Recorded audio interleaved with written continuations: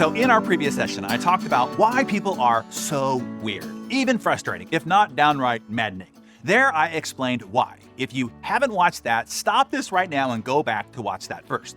In that session, you learned why. What you see, hear, and experience externally by others is only the tippy top of the iceberg above the surface. Everyone's inner life, inner thoughts, and inner feelings are moved and controlled by the gigantic mass and mystery of the iceberg below the surface.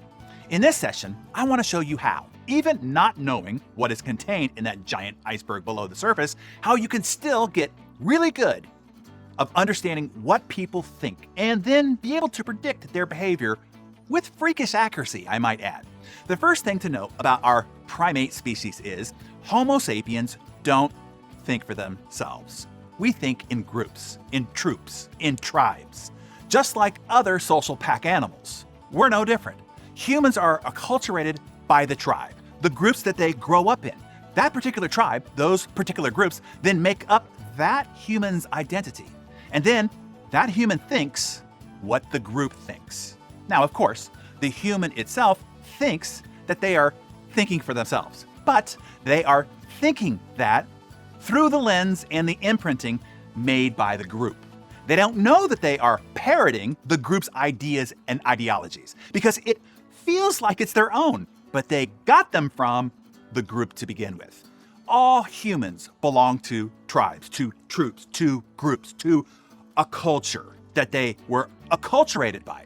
Groups defined as countries, states, political parties, companies, departments, brands, schools, sports, industries, religions, of course, families, credentials, branches of the military, etc., etc., etc. And I guarantee you way underestimate just how influential that tribal identity is to you, how you think, and how you behave, and how you see the world around you. On each human's thinking, belief, and behavior, that group imprinting gets expressed. Humans love their tribe. They are loyal to their tribe because their tribe is their identity, their sense of meaning and purpose. Their group identity gets and gives them belonging and familiarity and safety and comfort being with other people who share the same background, values, interests, and identity.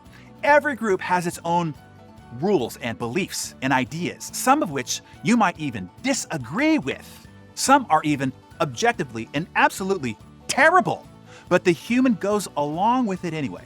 They remain supportive and loyal to the group anyway. Why? Because they don't want to risk being shunned by the tribe, especially one that has become a major part of their identity, sense of self, and who they are. So people either willingly nod along with bad ideas or become consciously or unconsciously blinded by their tribal loyalty. They turn a blind eye, or they learn and repeat the party line, or parrot the dogma that they were forced to memorize and recite in order to defend the group's irrational ideas or ideologies. And you see this made really blatant and obnoxiously obvious in politics and religion. And this is whatever one's politics and religion is. If you stand back from subjects of politics and religions and you look at it objectively, it is utterly fascinating how blindly and loyally humans will believe and behave in alignment with their political party and or their religious doctrine. To me, it is one of the most fascinating things in the observable universe. No matter how measurably and objectively smart and intelligent a human being is, even still, how they will still believe and defend pure fiction and falsehoods as decided by and purported by the group. And what is especially fascinating, they don't even know that they're doing it. Smart and intelligent people will become completely blind to the irrationality of their group think. It is so fun to watch. People are so fun. So what can you do with this insight? A few things, I think. Here are a few takeaways to getting to know your fellow primate pals. Number one, come to know and appreciate that people really don't think for themselves. They think based on the imprinting and the identity markings of their group. That means don't expect otherwise. Don't be dismayed, disappointed, or frustrated if they seem to be blind, deaf, and dumb about hard, cold facts. There is never a need to debate. Because here's why. I bet you believe some pretty dumb stuff too. Let others believe as they want. You're not going to change that deep imprinting anyway. If a truth doesn't match up with their group identity, it is literally not true to them. And intelligence has nothing to do with this. You really need to understand this. It doesn't matter how intelligent somebody is. Thus, arguing facts and educating logic ain't gonna help. Number 2, and this is a big one. Once you know the group that somebody belongs to, you know a lot about them. You now know how to better understand and empathize with them and how to better positively influence them. If you tell me one or two of these things, what political party are you registered as? What religion do you participate in or not? Or just what country and state did you grow up in or live in now? Or what school did you go to? Or what sports or sports teams are you a fan of? What brands do you like, etc.? I will know about 80% of who you are, how you think, and can predict your behavior with freakish accuracy. Having been in print, publishing, and television media, where I had to discover and then verify and measure these demographics and how those directly correspond to psychographic behaviors and what people buy and how they think and how they perceive the world around them, I know factually and measurably how predictably irrational we all are as a species.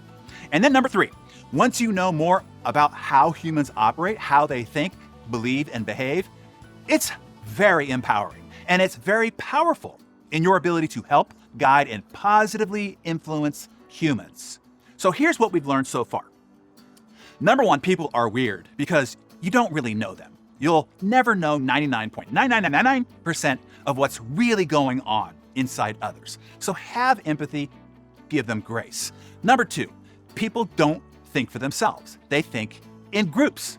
Find out the groups they belong to, and you'll know what they think and have a really good idea of how to predict future behavior. And tomorrow, I will explain what most influences humans. If you want to know what to say to influence anyone that you want, you'll want to be back for tomorrow's session. Of course, humans are diverse, complex, multidimensional, unique, special individual snowflakes. I know. You can't generalize anyone, but you can. You can at least get really close because we all run by the same evolutionary survival imprinting, which makes us predictably adorable and predictably irrational.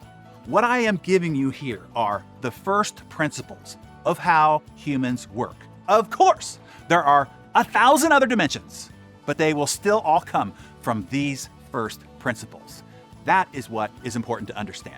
And tomorrow, we'll give you the first principle of human influence. It's who wins every time. In the meantime, jot down some thoughts in your Daring Daily Journal and share them with us in the comments below. In observing the humans around you, when in the past did you meet someone, learn what groups they belong to, and instantly know a lot about them instinctively that came to be true as you got to know them factually? I want you to see how you are already using this decoding instinct. So share your thoughts and reflections in the comments below.